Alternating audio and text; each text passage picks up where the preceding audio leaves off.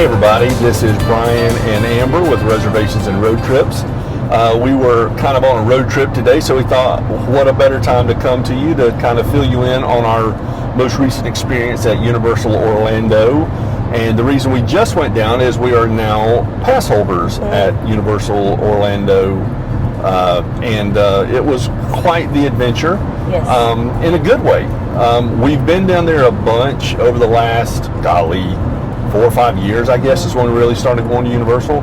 And we just figured if we're going to be going at the rate that we've been going, then we might as well be able to have some of the perks of being a pass holder.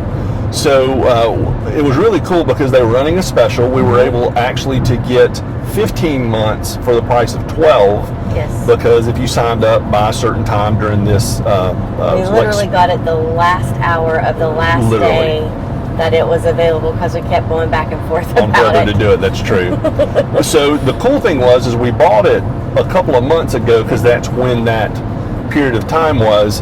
But it really didn't start until we officially scanned it our first day in the park. Right. So I don't want to say we got more than that because we weren't using it, but in all reality, it didn't start until then. So we have 15 months from the day that we first scanned it. Yes. So why don't you tell them some about what are some of the perks that we were able to get as pass holders, and what are our what level passes are we? So there are 4 levels of passes, and so I'll tell you what those 4 levels are and then what we got.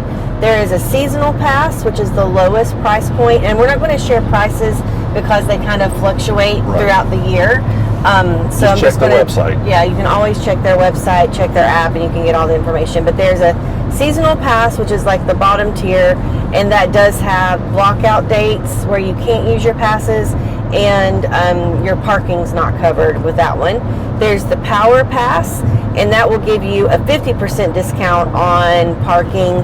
And there are some blockout dates, but they're normally like holiday, like high volume days. That's what I was going to say. Then there's the Preferred Pass, and that one does not have any blockout dates, and has also some discounts and things like that.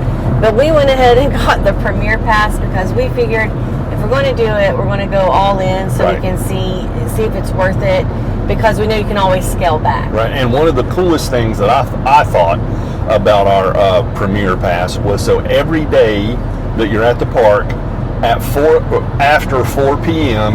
you have they call it Express Pass, right? Pass, yeah. You have an Express Pass for almost every ride. Right now, if you go before July 1st, I think it's for every ride, but as of July 1st, Hagrid's will no longer be a part of the Express Pass, which that's a whole nother video. People are very upset about it. They're very very loud opinions. Yeah. So anyways, that was really cool for us because, like, for example, E.T. E.T. is one of the classic rides there. It's the only original ride left. And our kids love it, so it kind of holds a special place in our hearts. Yes. So we always ride E.T. Yeah. Well, what was wild was the last time we were there a couple weeks ago, apparently everybody in Universal wanted to ride E.T. Well, it's also we were there for summer vacation had started. School was out. That's the first time we've been at a high volume time to the parks. That's true, because we usually go in the winter time, which is a whole nother video. So we walk over to the queue and it is slammed. It's the most people I've ever seen in line for E.T. Well, the cool thing was it was after 4, so we just walk up. Now it's all facial recognition stuff, which is cool and creepy at the same time. And we walk right on. So I thought that was really cool because you had that ability at so many different rides after 4 p.m. So for us, it gives us the ability to say, hey, we may not want to rope drop.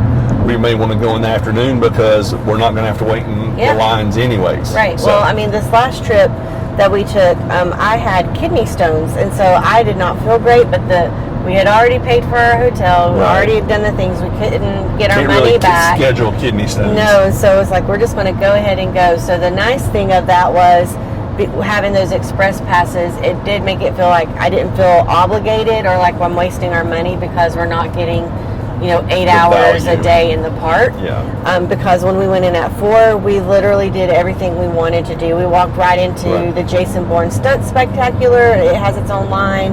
Yeah, just anything we wanted to do, we just walked right on, and that was really fun. It was really a cool experience. The passes are definitely worth it. The parking, I would say, is also a huge perk, because if you're not staying on property, if you're staying at a Vrbo or an Airbnb or an off-property hotel, to not have to pay to park is lovely. And I think it's like $35? It's like $32 right now, $32 to park. And I think that even fluctuates with... It does. Okay. The rates kind of fluctuate. So to not have to pay that if you're at the premier level is great. And to be at the premier level and having no blockout dates means that if we had the time and wanted to drive, or we had a great deal on a flight, we could literally go down anytime we wanted to. Right. For me, I think one of the two discounts that I really appreciate are the on-property hotel discounts. Oh yeah. Because we love to stay at the Aventura Hotel. It's a smaller hotel. It's a quieter hotel. It's less themed, so it's not like a noisy hotel. It's not. Right. It's not like the kid-centric hotel. It's Right. kid-friendly, right? But it's not kid-centric. So I was gonna say, I wouldn't call it the grown-up hotel, but I mean it is geared more towards. Most people who have families are going to pick one of the resorts like Cabana Bay or the Endless Summer Resorts, because they have more theming, more activities for kids. But we love Aventura, and that's where we try to stay. Sometimes those rates get up really high, and we'll stay off property because we just can't swing the rates. Right. But for this trip, we were able to. It was almost $100 a night cheaper. Yes. Because we were pass holders. Yeah, which is incredible, because staying on property, like anywhere else, like any other park or resort, staying on property just gets you quicker access to the park and an easier way to go through security, and just there's all the resort perks that come staying on property. Security is the cheat code. Yeah, for sure. So the other discount that I really appreciate with the pass holder, and this is at any level, there's different, the amount of your discount goes up depending on the type of pass that you have. Right. But we really wanted to try some of the table service restaurants this time, because it was just the two of us. Well, and what was the one that's closing? Mythos. Mythos, yeah. That's what I was getting ready to say. So we wanted to experience some of the table service restaurants, and we wanted to have Mythos before it goes away. It's in Islands of Adventure on the Lost Continent. Our favorite table service, Finnegan's, is in Studios, and it's actually under refurbishment right now, so we couldn't eat there. So excited for that. But we had never eaten at Lombard's, which is a table service restaurant in Studios. And so to be able to go to these table service restaurants and get a significant discount, and we had never been to these places, so we don't typically do all the things. Do it up, yeah. We typically, if we go to a table service, it's like we get an entree and share it. I was going to say, we try to be on a budget as best we can. Yeah, but we wanted to, especially with Mythos going out, and especially because we've never been to Lombard's, and we want to be able to recommend things to people and have knowledge about it. We did do an appetizer and 2 entrees at both places, and so having the discount was basically like having a free appetizer. Yeah. You know, so that, I would say like on average our discount was between $10 and $15 per restaurant. Yeah. Yes, and then just going into like your regular, to go in and get his Dole Whip and get my ice cream. Yes. Even that discount, like $2-3. Yeah, it adds up if you're doing that. We have the Coca-Cola Freestyle cups, which if you're going to Universal Studios or Islands of Adventure or Epic for any amount of time, especially in the summer months. Yep, as a day pass or as like an annual pass holder, like whatever level, definitely spend the money to get that cup, because you can bring it back every time you visit and get it just recharged, reactivated to use again. And it's every 15 minutes you can fill it up, and they have lemonade, water, Powerade, as well as soda. So there's like the vitamin waters in the Freestyle machine, and all the different like aqua frescas and all that. So it's not just soda. And like Epic, they have unique flavors for each world. That's it. So that's definitely worth it. But what I was going to say is that even that you get for a good deal when you bring it back to reactivate it. But then with the pass holder, you get a discount on recharging it. That, right. So that was really cool. And I was like, every little dime counts when you're trying to do up a theme park, because it is expensive. We know that it's Right. expensive, but it was really beneficial. One of the other perks about being a Universal Orlando pass holder is access to the pass holder lounge. It's in Islands of Adventure in Toon Lagoon. Now, when you read online what the pass holder lounge is, it says something like it's a place to relax and unwind and enjoy a Coca-Cola, which is true for your group or whatever. But so before we went in, what was in your mind of what that meant based on what we read on the app and on the website? Right. Yeah, we both had I had a big opinions of this. So when you read it, the way I read it, again, come in, enjoy a Coca-Cola beverage. I was under the impression that there would be like a freestyle machine or something that you could come in and, as a pass holder, use it. Yeah, or even like get like when you go to the World of Coke, even having just like a little cup and you get a free drink, a taster or yeah, whatever. Right. That's what was in my head. Keep going. Sorry. No, that's fine, because that's literally what I thought as well. What they mean is that there are bottled drinks in the cooler you can purchase, which again, I'm not saying is not a perk, but it's not really a perk, because you can go anywhere there and buy a drink. Anywhere, yeah. But it was nice to be able to sit down. It was nice to have air conditioning. It was nice to be able to. They do have pass holder exclusive things in there that you have to have your pass to be able to purchase. Like, we love the tumblers, like she was just talking about. We love the tumblers and things to be able to get to use while we're there. So they had exclusive ones for pass holders and stuff. So that is cool. Yeah. But I do think it's kind of misrepresented that you can come in, even if you were to have to purchase the cup, which we've got no problem with. It would be nice to have the ability to fill up your drink while you're inside and cooling off. Yeah. So that was my whole thing. I have no beef with the lounge. No. I just think the way it's presented is not accurate. Quite accurate, right? Because it is really nice to be have an air conditioned spot. There's a section that has there's sections that have like cozy couches. They had cool coloring pages and crayons for kiddos if you needed kids to have a chill time. They had high top tables, which would be great for filming or just checking reservations or whatever. And they had places to charge your phones as well. I will say it is kind of cool. There is, like Brian was saying, the different merchandise that's exclusive, but then they also have maybe things that have rotated out at a significant discount. Like 70 and 80% off. Yeah, so all of the Hello Kitty, there used to be a Hello Kitty store where the Wicked experience is now, and all the Hello Kitty merchandise was 75% off. So if you had a kid that was into Hello Kitty, or someone my age who Hello Kitty was a big thing when I was little, which I totally forgot to get the Hello Kitty Christmas shirt I wanted, but oh well, I'll just have to go back. For 75% off, that was crazy. And then also over at Universal Studios in the Brown Derby, they had a pass holder only exclusive store with merchandise from all the parks that had either been discontinued or that they had too much of or whatever. Again, at really discounted prices. Yes. And what's funny is they had some Christmas ornaments, and I already had those dang Christmas ornaments, and I paid full retail for them. And I very rarely do that. And you also do get your free. We did get our free Universal Orlando pass holder magnets. Yes. Yeah. One other thing I just happened to think of. So they just started the what do they call this? The movie parade. Oh, the mega movie parade, which is amazing. As pass holders, there is an actual roped off area, viewing area that is a viewing area for the parade, so that if you're kind of late to it, or you want a front row seat and you're willing to sit for just a little bit, it's literally roped off right there at the corner. You have to have your pass to get in. Yep. And it is an exclusive for pass holders. We were going to do that, like we had it purposed in our mind to do that.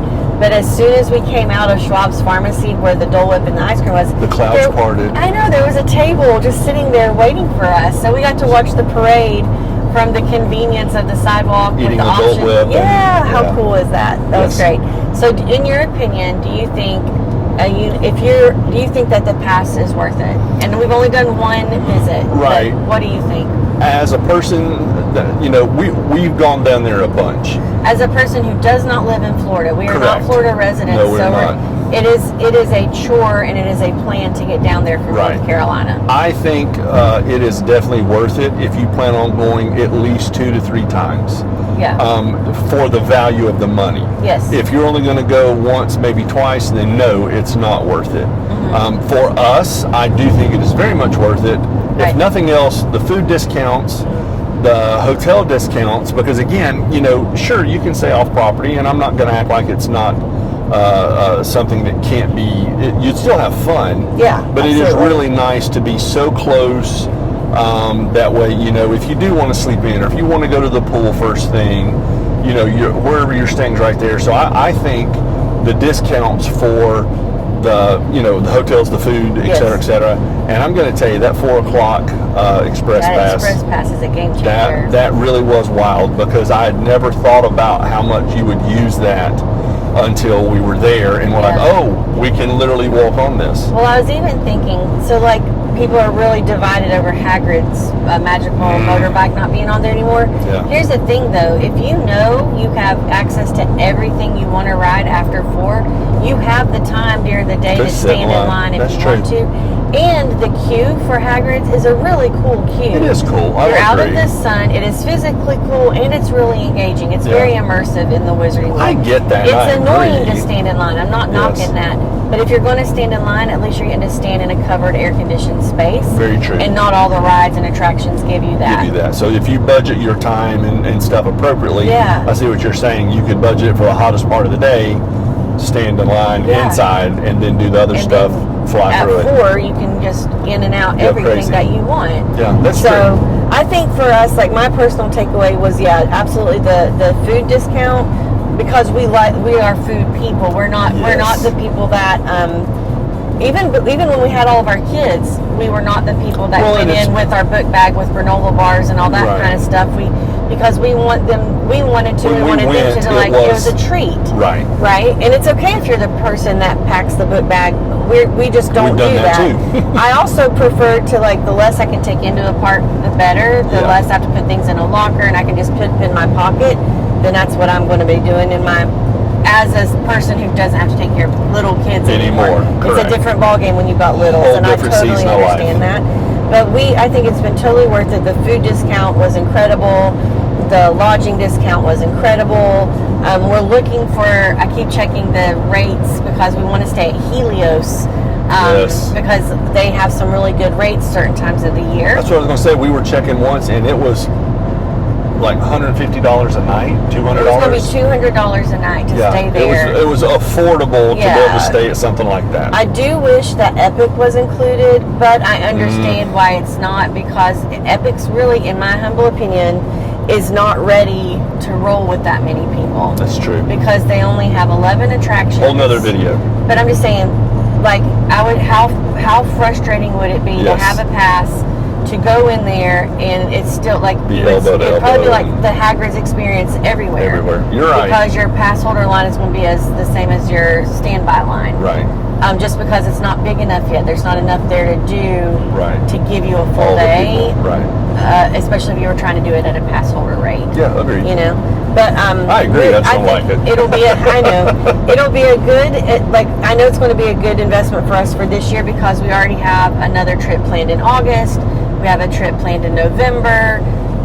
Maybe a trip in December. Our Orlando December trip isn't quite planned yet. And then we plan on going back in May for our son's 21st birthday. So we're going to stretch this out and get the most bang for our buck. We are very good at that. Yes. Because if you've spent the money, we'll help you figure out how to use every single dime and make it count. So for us, the passes are a yes. Yeah, definite thumbs up. Yeah, so as we keep having our trips, we're going to keep kind of doing different kind of things when we go. This time we did table service. Next time we'll probably not do any table service. It'll probably be all hammer down quick service and how much can we do. But yeah, just keep checking back with us and joining in. And if you have any questions about the Universal Orlando Passholder system, drop us an email. Let us know. Yeah, you can always send us an email or comment on a video.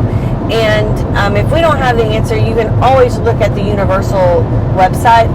It's pretty good. It has a lot of information. But if you want like the personal take on it, reach out to us. We're happy to help. Yeah. And if you're not following us, please do. You know, all the good stuff. Smash the bell, hit subscribe, follow. We appreciate every one of you joining us for these little trips and being able to go along with us as we just try to hit the road and do fun stuff and bring you along with us. So always, thanks for watching. Bye. Take care.